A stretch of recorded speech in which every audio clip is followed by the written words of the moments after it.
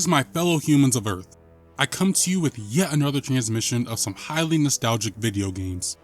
Following my playthrough of the first Destroy All Humans, I was excited to dive into its sequel and see how well it holds up all these years later with the original and the remake. In my 23 years of being on this earth, I have never laid eyes on the sequel to this cult classic series. I didn't even realize there was more than one game for half that time, so the idea of playing more Destroy All Humans excited me. Just like my video for the first Destroy All Humans, I'll be getting the platinum in both the original along with its remake with the subtitle Reprobed. There's a lot to get into, so let's start with the original Destroy All Humans 2. No, little Fioran. I expect you to die.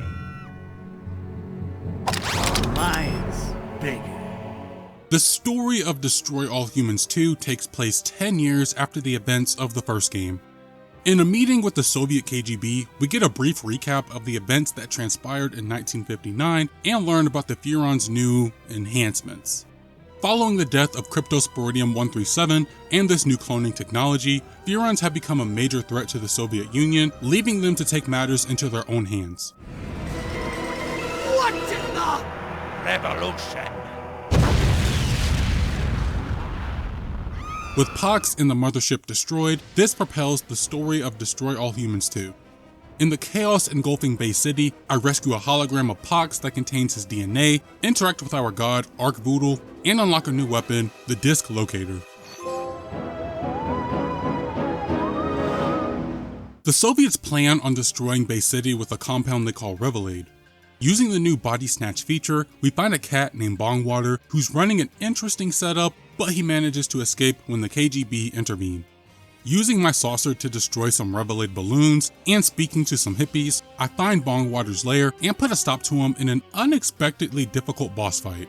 The last thing I did in Bay City is kill the remaining KGB and destroy nukes that would have taken this place off the map.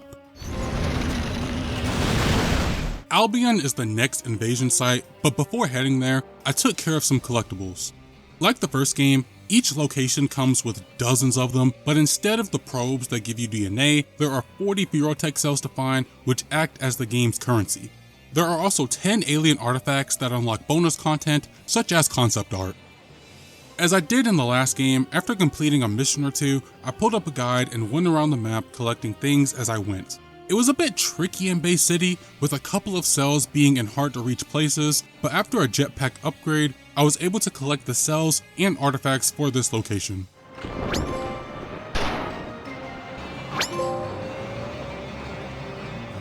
However, there is still one more thing to do. There is a new feature in Destroy All Humans 2 called Gene Blends. Using the Abducto Beam, I can suck up hippies, cops, the army, KGB, and more.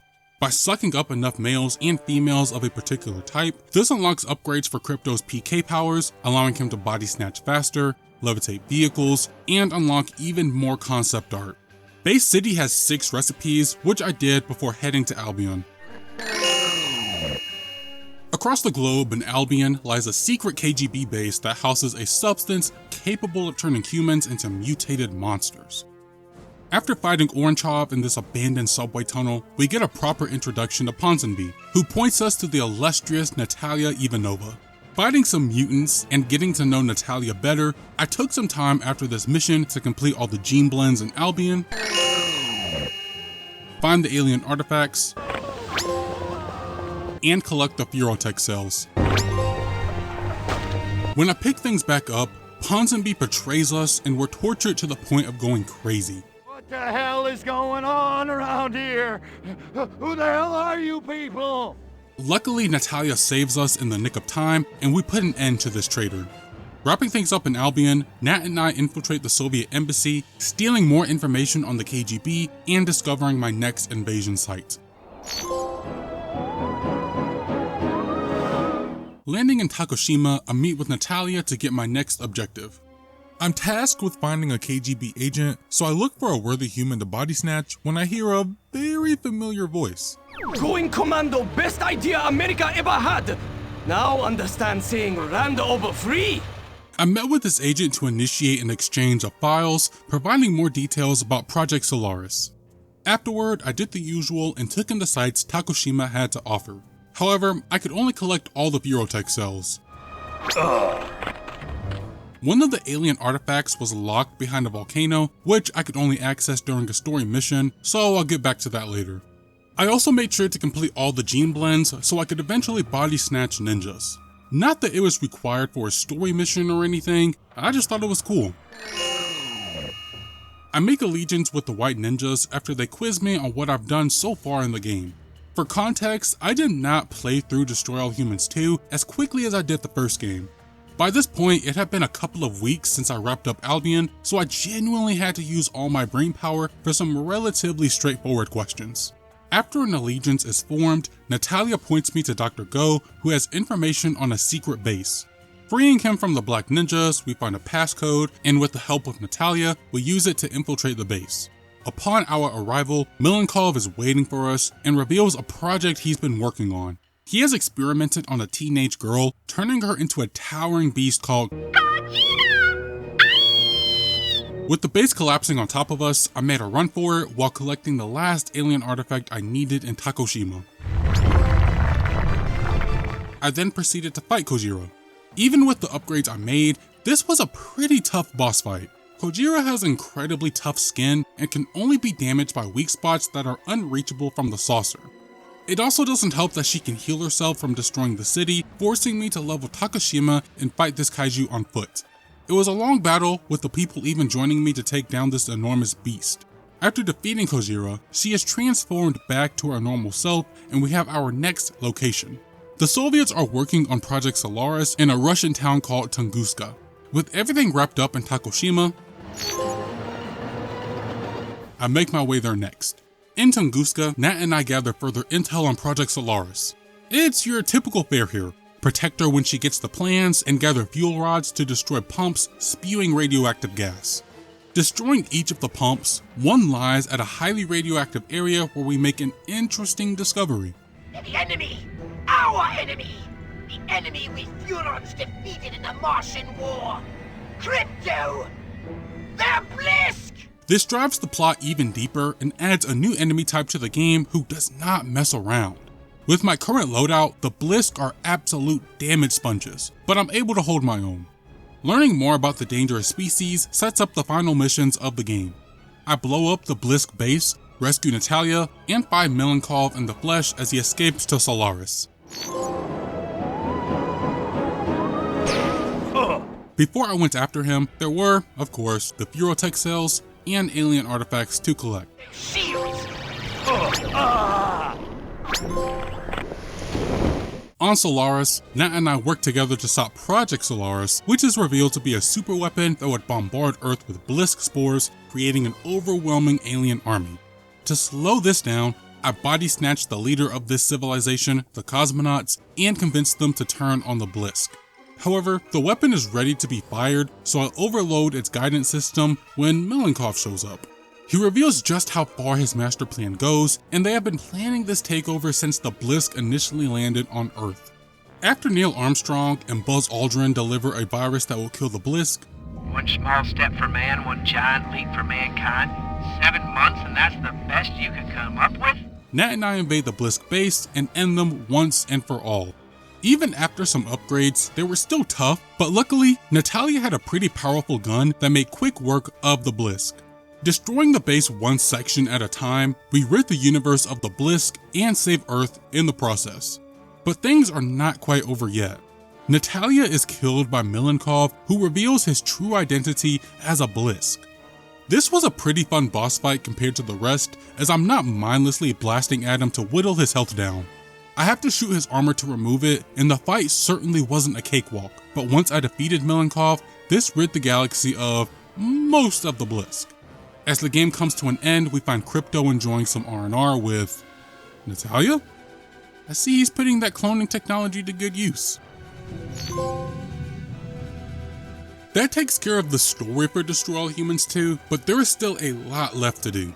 When it comes to the remaining trophies, I thought they were a bit lackluster when compared to the first game. There are no miscellaneous trophies that encourage you to make use of the new weapons or go on any rampages. They all revolve around upgrading weapons, completing side missions, activating landing spots, and finding all the collectibles. That isn't to say what I was doing was bad though. It just made for a very bland trophy list. Before heading back to Base City to complete some side missions, I did collect the remaining Furotech cells and alien artifacts in the game on Solaris.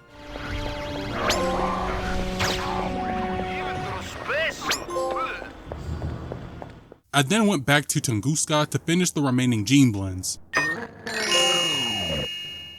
and completed all the common recipes along with those for Solaris. Back in Base City, I used the Furotech cells I had in the moment to fully upgrade my Disintegrate Array, Sapomatic, Disc Locator, Death Ray, Anti-Gravity Field, and Ion Detonator. Now for the odd jobs. These side missions have been expanded upon from the last game and offer more nuanced content compared to racing or causing mayhem in each location. This time we're treated to assassinations and ruining people's lives, among other things. Unlike the first game though, they all don't unlock at once from the get-go. Only a few are available after completing specific story missions, which is why I saved them for the end. While some of these missions were fun, this is an aspect of the game that felt drawn out to me. There are just too many of the same odd jobs. If we take Base City for example, there are 7 odd jobs and 4 of them are assassination missions, which is the case for most locations in the game. More content is certainly not a bad thing, but when they all felt too similar, monotony soon kicked in. It got to the point where I started skipping dialogue, which is something I never do. However, there are some standouts like a tower defense mission in Base City or finding a Yeti in Tunguska. There is one though that could raise some eyebrows. Take It Like a Man sees Crypto body snatch someone named Eddie who is planning on having a sex change operation but cannot tell his wife.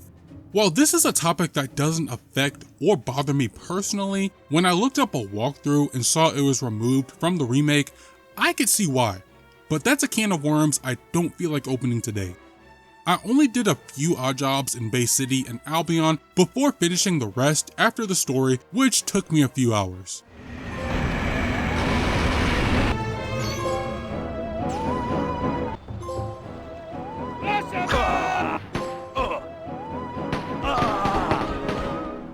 Odd jobs are not the only type of side content in the game though.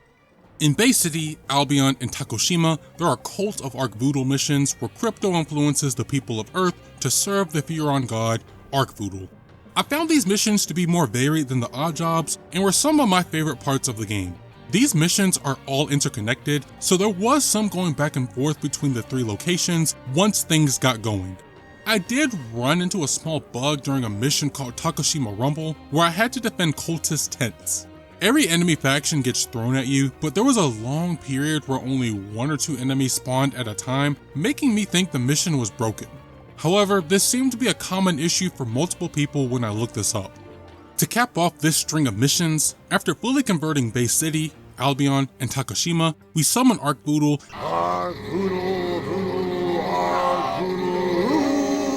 and I get my hands on a super weapon known as the Burrow Beast, wrapping up all the Arkvoodle missions.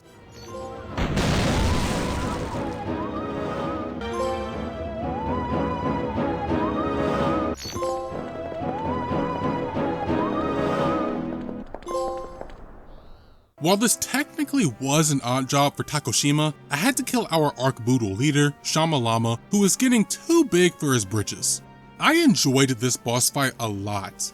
It's very easy, but what makes it stand out is that I had to fight Shamalama the same amount of times I died in the game, which in my case was 30.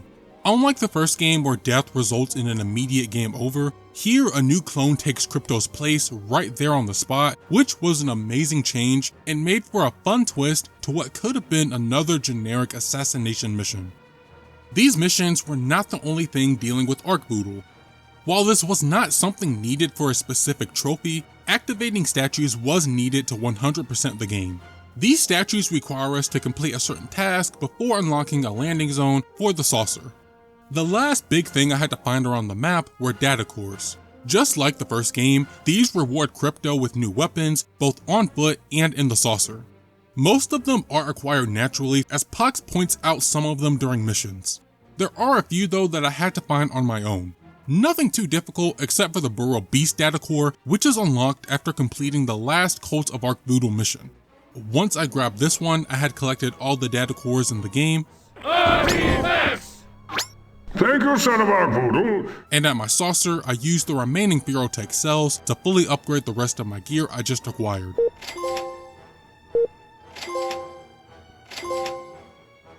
The last thing to do to 100% the game was complete a single odd job on Solaris. I tried to do this right after finishing the game, but I was not prepared to fight that many Bliss, so I saved this for last. In the game's final odd job, I had to destroy every single Blisk on Solaris. Split in 2 waves, I had to fight 57 of these guys, but with a fully upgraded arsenal and some proper strategy, I was able to rid the galaxy of the remaining Blisk, completing the one odd job on Solaris and reaching 100% completion.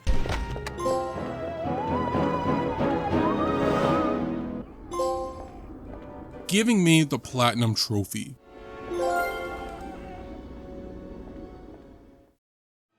Now it's time to dive into the excellent remake that is Destroy All Humans 2. Believe it or not, I was putting this game off for some time. I'm not entirely sure what it was, but once I started the remake, I was left in awe by all the work that was put in, not only to improve this game over the original, but over the remake of the first game. The reception to Destroy All Humans 2 was mixed at release, but after getting the Platinum, I don't know if I can justify the 67 it has on Metacritic. I enjoyed my time immensely with Reprobed over the dozens of hours I spent here.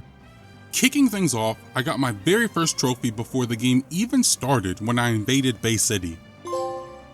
After the opening cutscene displayed a noticeable improvement in graphical fidelity over the first Destroy All Humans remake, I let loose on the KGB in Bay City. After meeting with Pox and unlocking some equipment, I soon got my next trophy after accelerating any of my core abilities by mashing its button like I meant it. I found Bongwater's hideout and repaired my saucer to destroy some Revelade when I took a moment to browse through the available menus on the saucer. I rifled through my Fear Enigmy collection, upgraded Crypto with the Ferrotech cells I gathered so far, and equipped a new look in the cloning chamber. Speaking of costumes, the developers really dug in their bag because Crypto has some serious drip in this game. In Bongwater's lair, I got a taste of how the boss fights have improved compared to the original. Under the influence of Revelade, the room is transformed into a trippy mess with multiple hazards I have to avoid. There are also plenty of enemies here, setting up the perfect chance to line up 3 humans with a disc locator to send them sprawling. Bongwater was soon defeated, and I got access to the Disintegrator Ray. Wrapping up some things in Bay City, I learned a new ability as I spread the word of Arkvoodle. I unlocked PK Slam, which was one of the best upgrades the game had to offer over the original. I used it to unlock a landing zone and took my first steps on the path of the Sacred Crotch. Everything's under control. After destroying the KGB base, I invaded Albion, where I found Orangehov, who turned into this mutated beast. I fight him, but he makes a run for it, and it's a chase through this abandoned train station. This is when I got my hands on the anal probe and used it on both this interesting looking door as well as Orangehov himself. Once he was defeated, I was introduced to Ponsonby. In a plot to further unveil the Soviets' plan, I met Natalia who...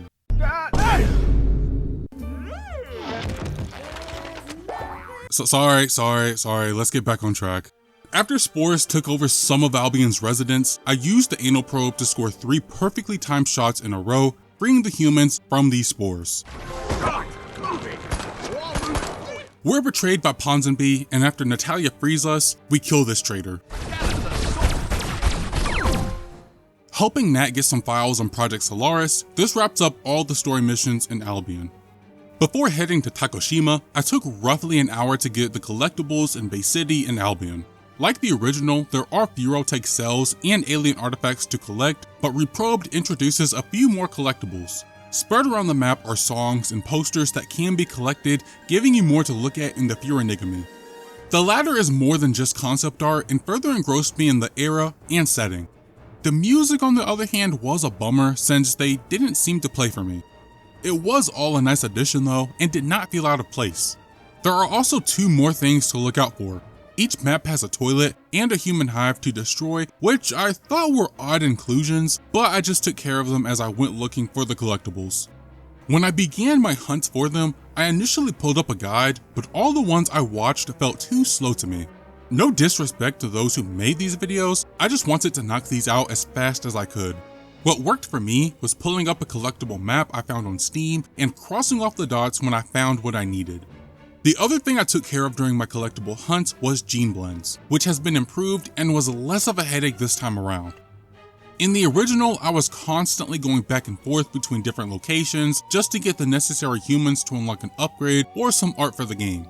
Here it is much faster to suck up humans, I didn't need to worry about gender, and I only needed to collect a specific number in that location to unlock an upgrade rather than getting some in Bay City and then having to go to Takoshima for example.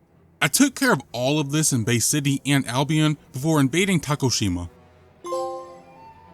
I think out of all the locations we visit, Takoshima received the most noticeable improvement. Much of it is what I remember, but Takoshima City feels much more alive than before. This centerpiece has so much life going on that sometimes I just wanted to stop and take it all in. This map also benefits the most in terms of lighting. There's one mission with a sunset backdrop that was incredibly stunning, setting up the perfect opportunity to utilize the game's photo mode. Completing all the optional mission objectives here also unlocks some of the best skins for crypto in my opinion. Getting into the missions themselves, Natalia and I further unravel the plot of Project Solaris. This takes us to different parts of Takoshima where we meet Dr. Go as well as the white and black ninjas. This all culminates in a final battle with Kojira, which I think is handled much better in this version. I had a better idea of how to take down this towering kaiju, and it made for one of the best boss fights in the game. After she was destroyed, when she destroys things. it was off to Tunguska. Doing what we can to put a stop to Project Solaris, we find the Blisk, who aren't as difficult to fight as they were before. Their health and shield bars are better telegraphed, and they don't feel like giant damage sponges either. Coming back for round 2, I engaged in an old school Tunguskan ship-to-ship battle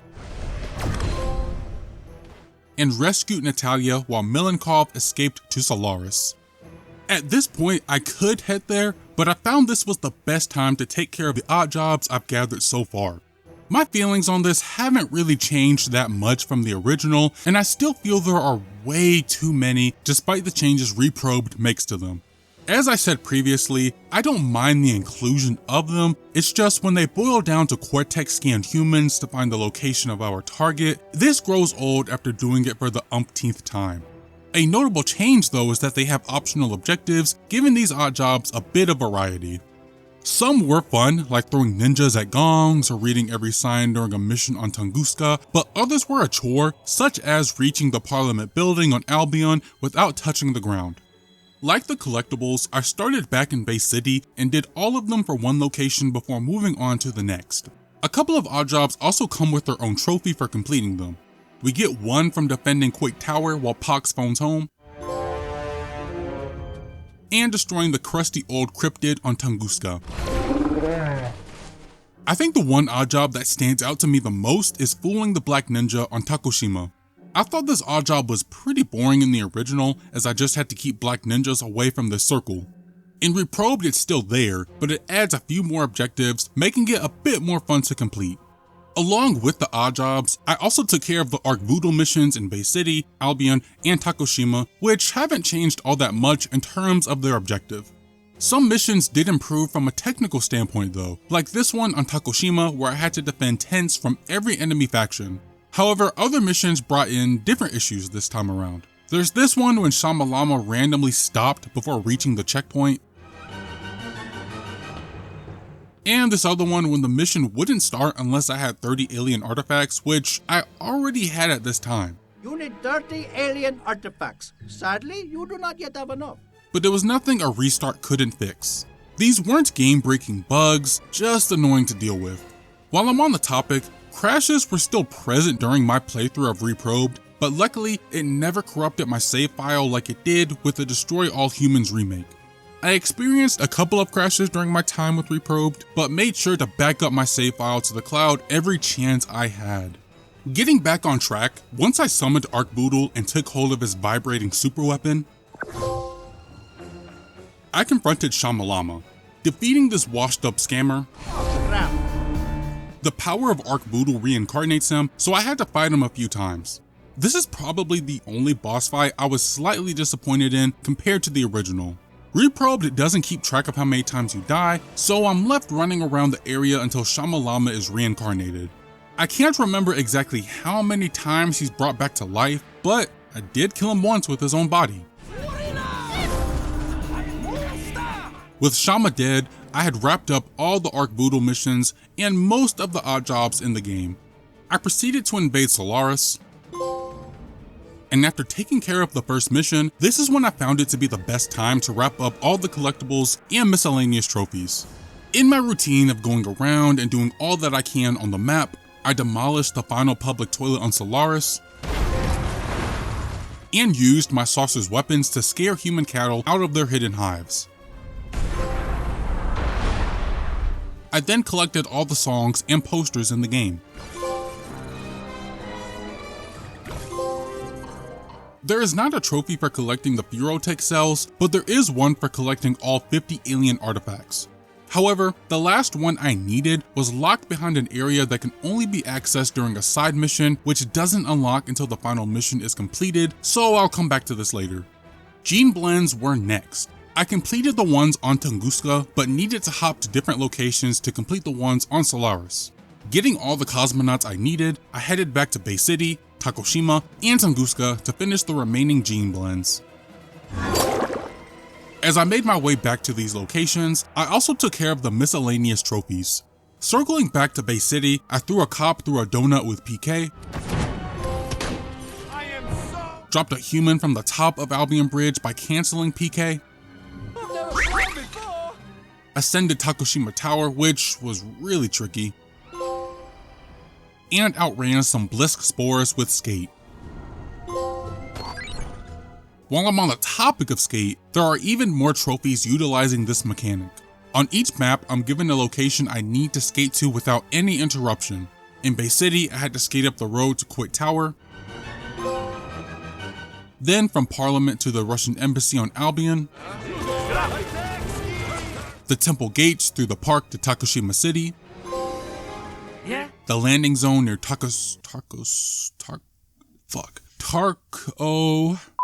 the landing zone near Tarkovskoye along the track to the east on Tunguska, and finally, from the Blisk Dome to the base's entrance on Solaris. The last thing I want to talk about before wrapping up the story is upgrades. Like the original, Furotech cells are the main currency for upgrades and are given out generously throughout story missions. I mentioned one trophy earlier, but there are two more in this regard. One for upgrading my saucer, and using a Furotech reactor to purchase a capstone upgrade. Back on Solaris, my main goal was to destroy the rest of the Blisk. With the help of Pox, we convinced the cosmonauts to betray the Blisk, cut off their communications, and get a virus from Neil Armstrong and Buzz Aldrin. With everything set in motion, Natalia and I infiltrate the Blisk base and destroy it one section at a time. Earth is saved, the Blisk are gone, Natalia is killed, and Milenkov unveils his true identity. His boss fight follows the same premise as before, where I have to remove pieces of his armor before his health can regenerate. I hit him with everything I had, defeating him once and for all. I also got another trophy for completing all optional mission objectives, which I was surprised by. I managed to complete every optional objective for the story missions just fine, but missed a few during a couple of odd jobs. I assumed since they had optional objectives, I needed to complete those too, but it turns out that wasn't the case. I did, however, revisit a mission in the Holopox deck, which offered a ton of incentives to replay them, like infinite ammo, health, and the ability to skate in midair, which I kind of wish was a feature outside of this. Popping another trophy, There were a couple more odd jobs to complete, but before doing them, I had one more miscellaneous trophy to take care of. In one of the buildings is a hidden basketball, and I needed to score a hoop that is in another building across this bridge. I tried this once when the ball glitched out on me, so instead of slamming it, I just dragged it with my PK to score a hoop. Now for the final odd job. Split into 2 missions instead of 1, my main goal is to destroy the Blisk. With most of my equipment upgraded to the max, I destroyed any of them that stood in my way and finally had access to the room that was previously locked off where the final alien artifact was waiting for me. After blowing up the mines and destroying the remaining Blisk, I got a trophy for completing all odd jobs in the game, giving me the platinum for Destroy All Humans 2, Reprobed.